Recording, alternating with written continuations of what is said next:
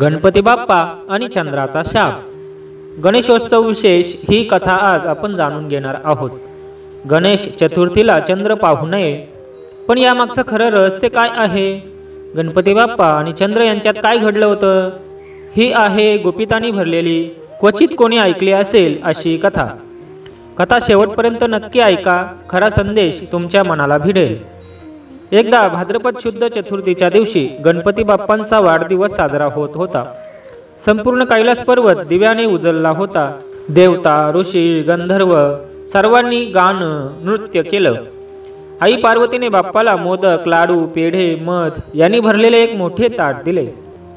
गणेश म्हणाले, आई मी हे सगळं संपवणार.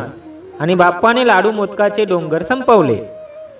गणेश जेवून बाहेर फिरायला निघाले. पोट इतकं मोठं झालं की नीट चालता येत नव्हतं. तेवढ्यात आकाशात चमकणारा चंद्र हा सगळा देखावा पाहत होता.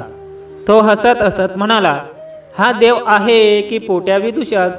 देव असूनही इतका लालची आणि लठ्ठ कसा?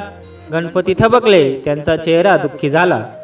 गणेश म्हणाले, अरे चंद्रा, सुंदर असूनही तुझ्या हृदयात दृष्टपणा आहे. अहंकाराने तू मला चिडवतोस.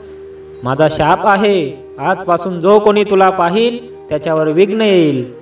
हे ऐकताच चंद्र भयभीत झाला. देव, ऋषी, गंधर्व सारे हादरले, कारण चंद्राशिवाय रात्र, ऋतुचक्र, यज्ञ सर्व अपूर्ण होतं. चंद्र खाली उतरला. त्याने गणपतीला हात जोडले.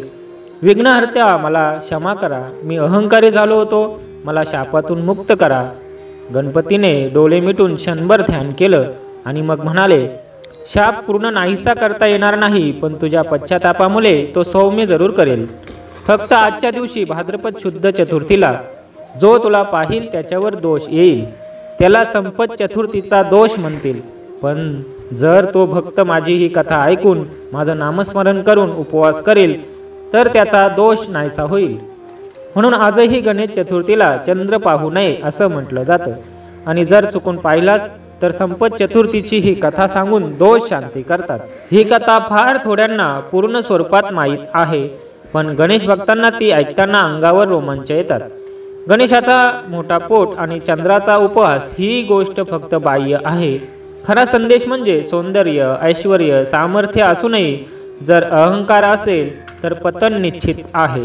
आणि साधी भक्ती, करुणा, नम्रता असेल तर देवही राग विसरून आशीर्वाद देतो.